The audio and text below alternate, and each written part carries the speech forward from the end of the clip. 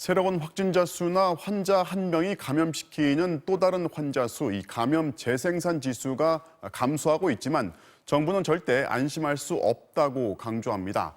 바로 변이 바이러스 감염자가 가파른 속도로 증가하고 있는 겁니다. 김하영 기자가 보도합니다. 경기 부천시에 있는 한 초등학교. 지난달 23일 교사 1명이 코로나19 확진 판정을 받은 뒤 학생과 학부모 등 17명이 추가로 확진됐습니다. 방역당국은 이들이 남아공 변이 바이러스에 감염됐을 것으로 보고 있습니다. 앞서 노인 주간 보호시설에서 남아공 변이 집단 감염이 발생했는데 시설 감염자의 가족인 교사에게 그리고 교사가 학교로 전파시킨 걸로 추정됩니다. 노인 주간 요양센터에서 발생한 거기에서 몇 개 샘플을 했었더니 거기서 그게 나와서 동일하게 관리해서 그런 거다. 울산에서는 지난 2월 초부터 영국 변이가 확산돼 지금까지 133명의 변이 감염자가 확인됐습니다. 이렇게 변이가 확인된 집단 감염이 63건, 변이 바이러스가 검출되는 비율도 점점 늘어 지난주엔 27.5%를 기록했습니다. 영국과 남아공, 브라질 등 3종의 주요 변이 바이러스의 감염자는 이제 800명을 넘었습니다. 여기에 미국 캘리포니아와 인도 변이 등 기타 변이 감염자를 더하면 1,400명에 이릅니다. 방역당국은 경기도 부천과 울산의 변이 유행은 정점을 지나 감소 추세에 들어섰다고 진단하면서도 경계를 늦춰서는 안 된다고 강조했습니다. 보다 적극적인 차단을 위해서 중앙 그리고 지자체 간의 합동 대응팀을 구성해서 운영하고 있습니다. 특히 영국발 변이의 경우 전체 확진자를 급증시키고 있는 상황은 아니지만 지역 전파 가능성은 여전히 높다고 밝혔습니다. MBC 뉴스 김하영입니다. 세계보건기구 WHO가 인도발 변이 바이러스를 전염성 높은 우려 변이로 공식 분류했습니다. 인도의 폭발적인 확산세가 다른 국가로 퍼지는 걸 막기 위한 경고이기도 한데요. 국내에서도 58명한테서 이 인도 변이가 확인됐습니다. 조희영 기자가 보도합니다. 최근 코로나19가 대유행하며 전 세계 하루 확진자의 절반 정도가 발생하고 있는 인도. 급격한 대유행으로 번진 이유는 인도 변이 바이러스 때문입니다. 세계보건기구 WHO는 인도 변이가 전 세계 코로나 유행 상황에 영향을 미칠 수 있다고 보고 영국과 브라질, 남아공 변이에 이어 4번째로 우려 변이로 분류했습니다. 인도 변이 바이러스의 변이 부위가 영국과 남아공 변이 둘 다와 비슷해 전파력이 높고 백신의 효과를 떨어뜨릴 수 있다는 겁니다. There is some available information to suggest increased transmissibility of B.1.617. We are classifying this as a variant of concern at the global level. 국내에서도 지금까지 58명의 인도 변이 바이러스 확진자가 확인됐습니다.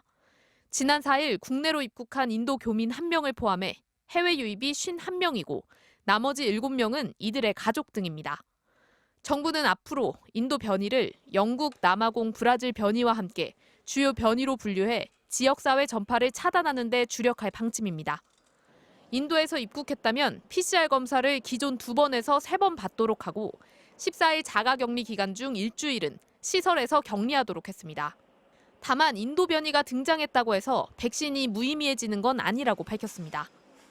백신에 대해서 효과를 다소 떨어뜨리는 것은 과학적으로 좀 나타날 수 있는 현상이지만 여기에 대해서는 현재까지는 백신의 효과는 유효한 것으로 판단하는 의견이 더 많다고 할 수 있습니다. WHO 역시 기존 백신과 치료제 등을 바꿀 필요는 없다고 강조했습니다. MBC 뉴스 조희영입니다. 러시아에서 스푸트니크 백신을 2차까지 맞고 2주가 지난 30대 남성이 국내에서 양성 판정을 받았습니다.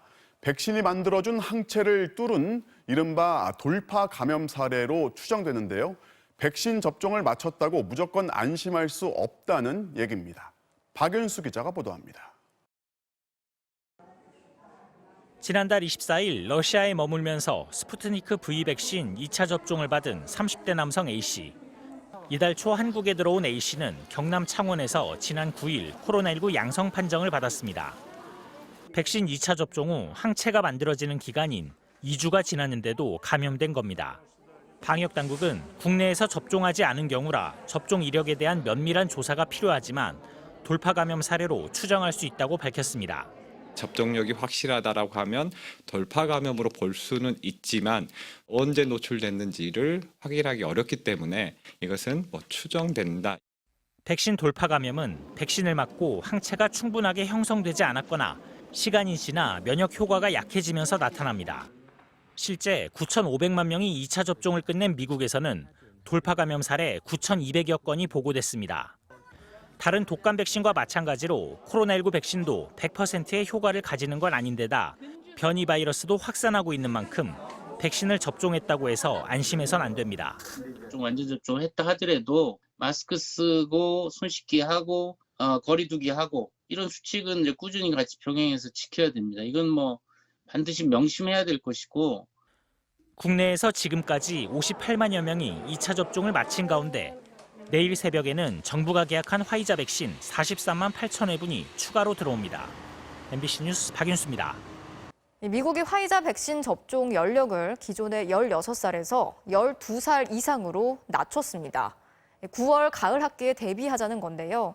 당장 국가별 백신 격차가 더 커질 거라는 우려가 나오고 있습니다. 워싱턴 박성호 특파원이 취재했습니다. 미국에선 이제 12살 이상이면 화이자 백신을 맞을 수 있습니다. 12살에서 15살 청소년들한테서 100% 예방 효과가 확인됨에 따라 긴급 사용 승인이 떨어졌습니다. 백신 접종 대상이 인구의 85%로 확대됐습니다. This is a big step for our country. Vaccinating a younger population brings us closer to returning to a sense of normalcy and to ending the pandemic. 가을 학기부터 전면적인 대면 수업을 가능하게 할 결정적 계기가 마련된 셈입니다. 1년 넘게 온라인 수업에 지친 학생과 학부모들로서는 숨통이 트이게 생겼습니다. But it was socially was really hard for them, emotionally was really hard for them. So it's been really hard year. 하지만 맞을 수 있게 됐다고 다들 맞을지는 두고 볼 일입니다. 최근 한 조사에 따르면 12살에서 15살 자녀를 둔 부모 중 29%만 당장 마치겠다고 했고 절반은 상황을 지켜보겠다. 학교가 요구하면 마치겠다고 했습니다.